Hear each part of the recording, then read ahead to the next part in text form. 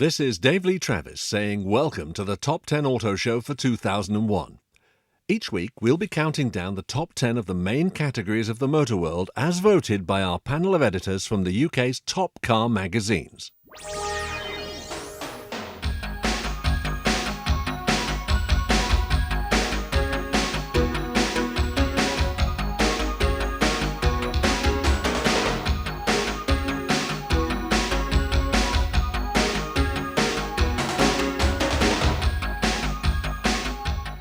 This week we're going to take to the hills and hit the dirt with the top 10 off-roaders.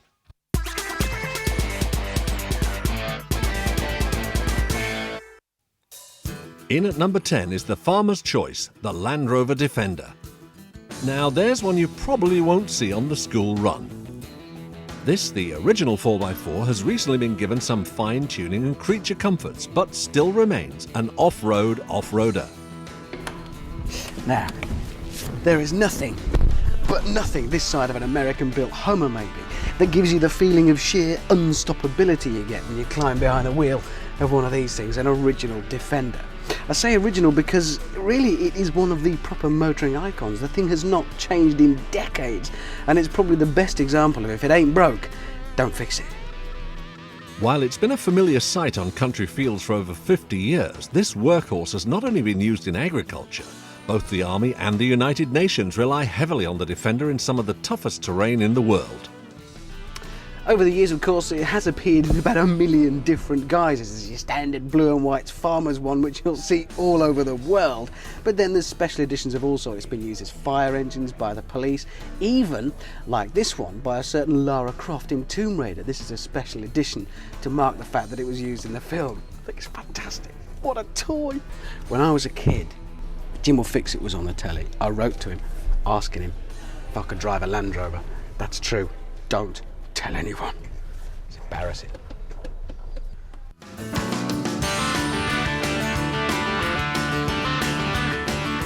Its dependability is best demonstrated by the fact that 3/4 of all Land Rovers ever sold are still working. Can you believe that? This means that demand for used Defenders is good, making it a reasonable investment.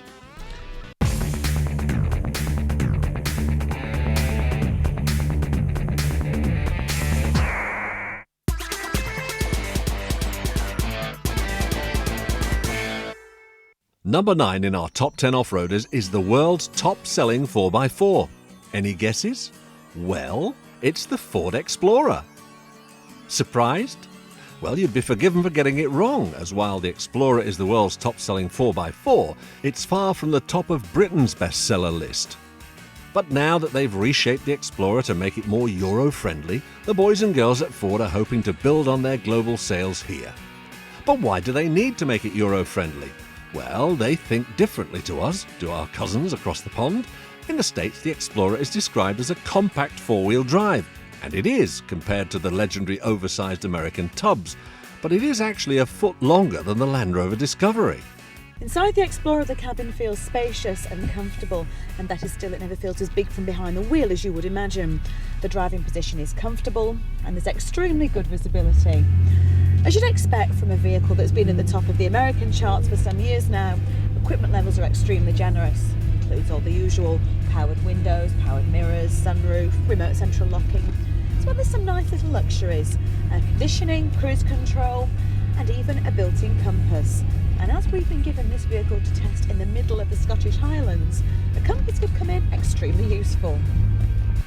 The 4x4 options are automated and hidden behind a single switch. Out of the way so the Explorer can concentrate on pretending to be a luxury car, but easy to activate when you hit the trail.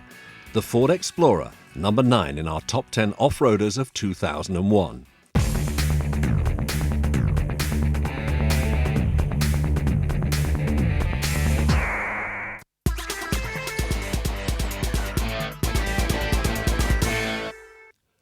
Number 8, as chosen by our panel of UK motoring experts, is the Mercedes M-Class.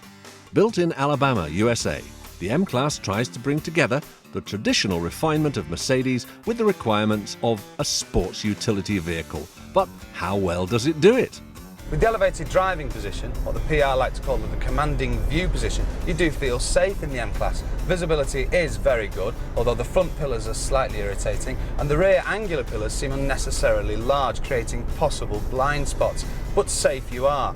With front, passenger and side airbags, it means that if you do get involved in the wacky races, you're going to be in the equivalent of the executive bouncy castle. I always knew there was a big kid inside you, Brendan. Mercedes are keen to show that their 4x4 is a capable off-roader, so they've opened an off-road driving school for new M-Class owners. Lessons on how to tackle the speed bumps in the supermarket car park are not included.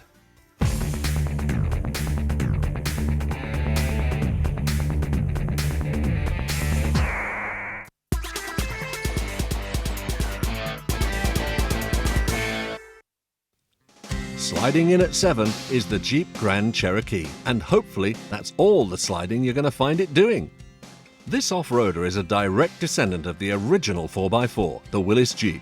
However, over the past 60 years, the Jeep has evolved into something a bit more luxurious. But is it still king of the off-road?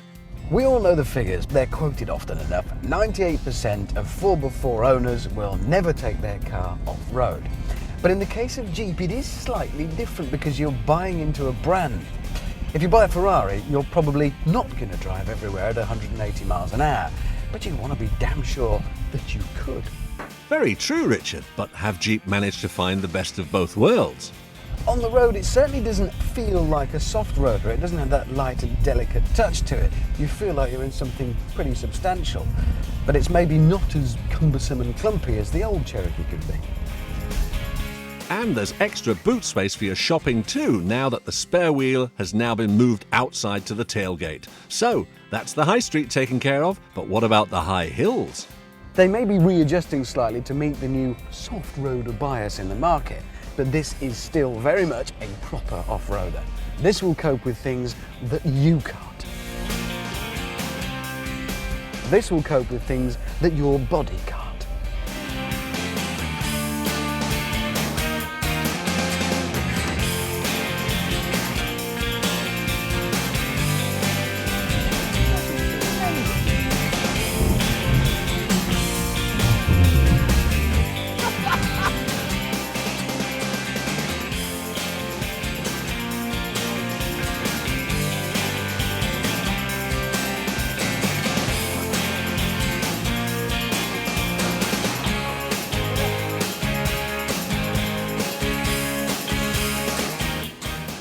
Oh, Richard, don't be such a coward.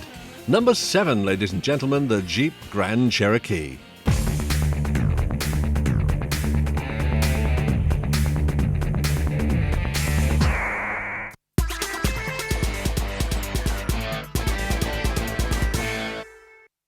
Our number 6, as decided by our panel, is the big daddy of the 4x4 market, the Nissan Patrol.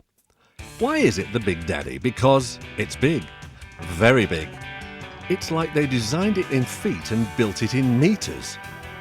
It doesn't make any attempt to hide the fact that it is massive. Seriously, you might as well get up in the morning, wander downstairs to the kitchen, put the kettle on and start the house and pull away on the school run with the kids still in bed. It is that big. Richard, I've told you a million times before, stop exaggerating. The main criticism, however, is that the standard 2.8 turbo diesel engine doesn't match the size with power. But Nissan have used gadgetry to squeeze out every last bit of power, and boy do they need it.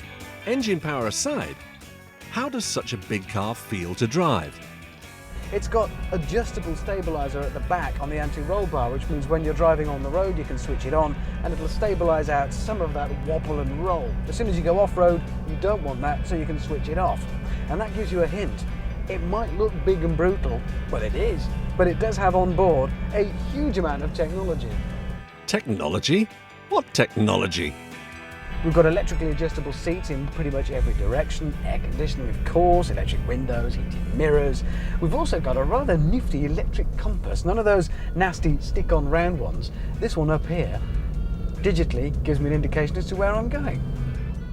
I'd rather know what road I'm on, but it's nice to know I'm going west-ish.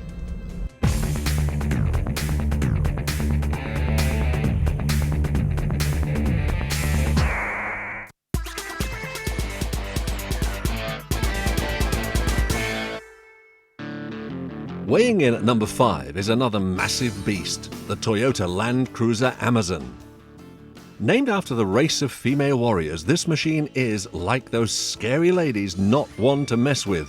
Huge power, but rather lumbering and better suited for the long straight roads of the US of A than the narrow windy ones in the UK.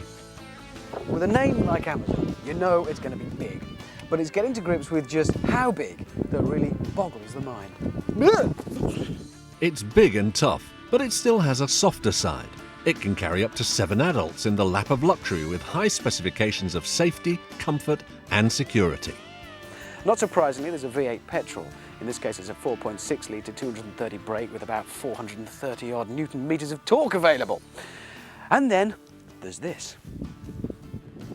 It's a 4.2 litre straight 6 24 valve intercooled turbo diesel. Yummy.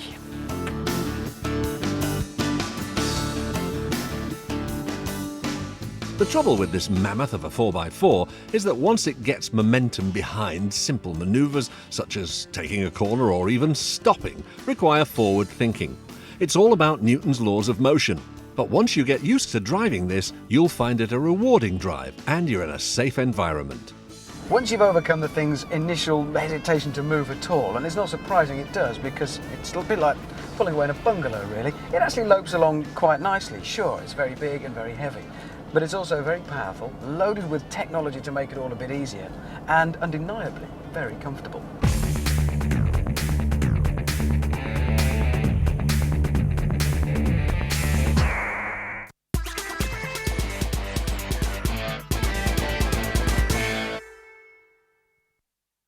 This is Dave Lee Travis saying welcome to the Top 10 Auto Show for 2001.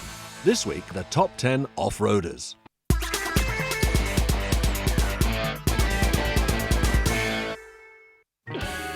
In at number 4, named after the Japanese warrior, the Mitsubishi Shogun.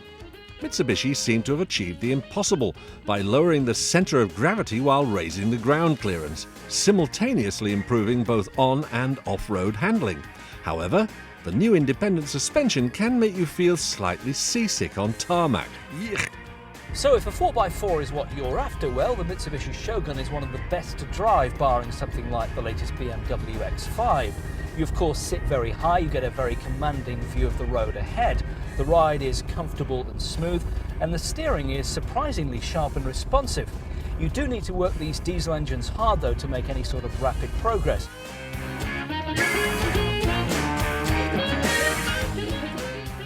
In a way, the Shogun drives as well as a car, like a Golf. All cars are a compromise, but Mitsubishi have got the balance right as it has excellent off-road agility, yet it drives so well on tarmac with pin-sharp steering.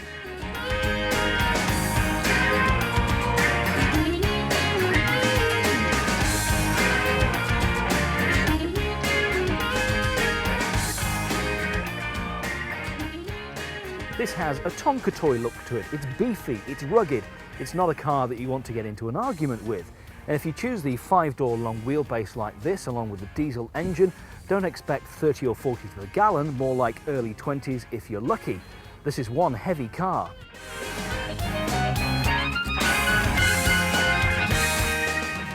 Overall, the Shogun is a great reliable package and our panel have voted it to number 4. Now let's enter this week's top 3.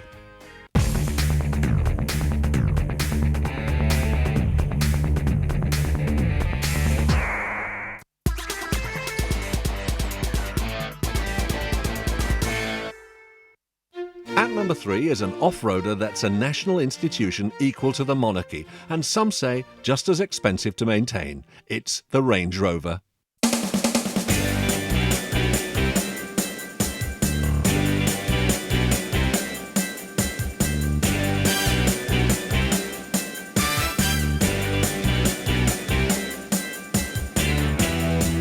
Just like the aristocracy, it might appear bland on the outside, but this car is not so much a 4x4 as a status symbol.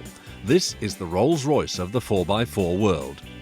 So there are hybrid off-roaders, there are soft roaders, there are proper 4x4s, there's big 4x4s, really big 4x4s, and then there's the Range Rover, which is, let's face it, the daddy of them all.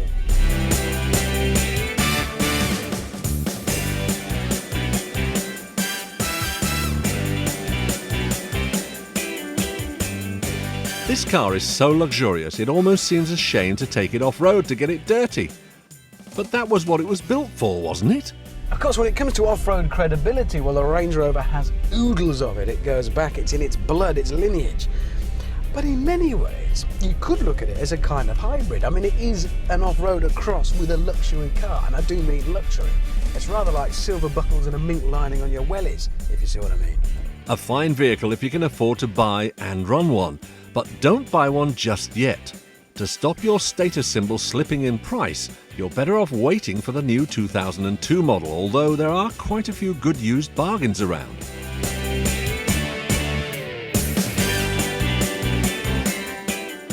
The Range Rover, number 3 in our top 10 off-roaders of 2001.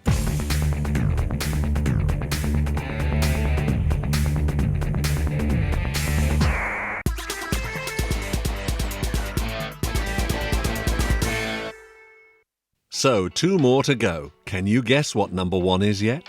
At number 2 are the subdued lines of the Subaru Forester.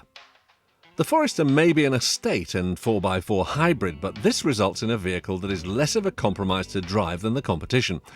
The Forester is already a bit of a hybrid, being part off-roader and part estate car. But in Turbo S, guys, well, you've got to add a third title into that mix. Performance car, because the engine and the suspension are lifted almost directly from the mighty Subaru Impreza Turbo, which means it's big, it's chunky, it's got loads of space in the back, and it'll shame many a hot hatch. Now that is what I call a hybrid. It has been said that the Forester looks like the Pope-mobile, but it has also been described as a big Impreza Turbo with off-road ability.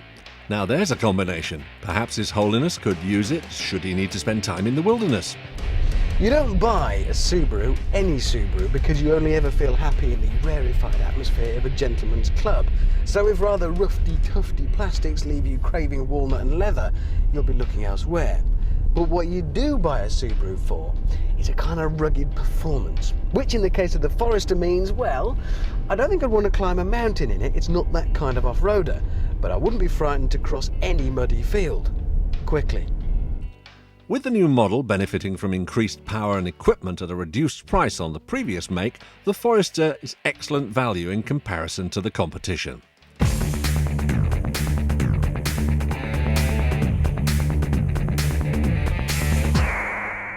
So, before we announce the number 1 off-roader for 2001, let's run down the top 10 so far from 10 to 2.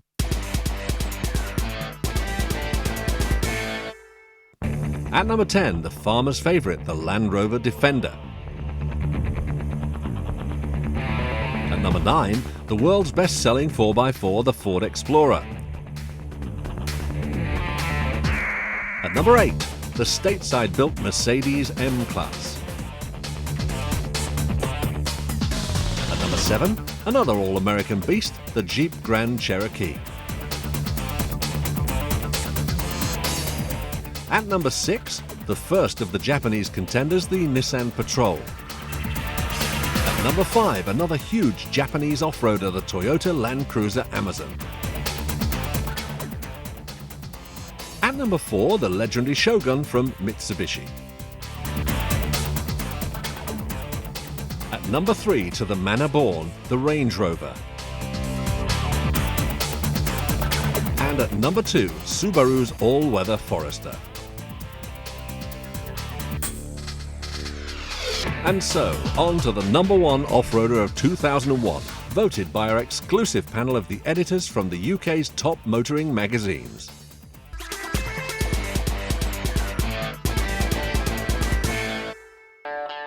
At number 1 is an old favourite that has recently gone further upmarket. It is the Land Rover Discovery. The Discovery, or the Disco as it's affectionately known, has gone up in the world, moving upmarket towards the dizzy heights of its big brother the Range Rover, and with a price tag to match. So, what's new about the Disco? Well, increased interior space, a cutting-edge suspension, new engine and a revamped interior with a marked improvement in quality. You're not going to be worried about getting the thing mucky, and there are definite advantages to that high-up driving position in this lofty, airy cabin. And then there's a proper off-road four-wheel drive system with a high and low ratio gearbox and with the clever descent gizmo to help you get down really steep hills. And there's no need to sacrifice any of life's little comforts either. Mr. Jones is quite accustomed to his electric seats, to his electric mirrors and his electric sunroof. The new Discovery also has in its possession Land Rover's Active Cornering Enhancement, or ACE, which helps it bridge the gulf between on- and off-road driving. Now there's accommodation back here for another 2 people, and it's extremely clever. When you don't need it, it stows away thus, with the headrest folding up into the roof and the rear seats folding sideways into the boot space itself.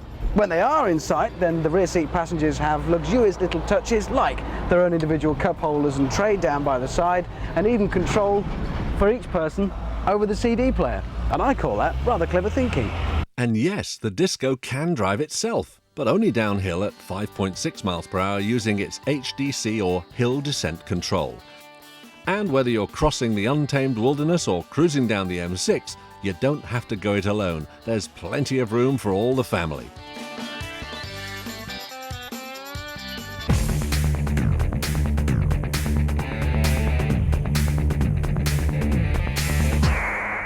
So congratulations to Land Rover, not only voted into our top 10 3 times, but voted to the top spot with the Land Rover Discovery. This is Dave Lee Travis saying thanks for watching. Join us next week when we run down the top 10 executive cars.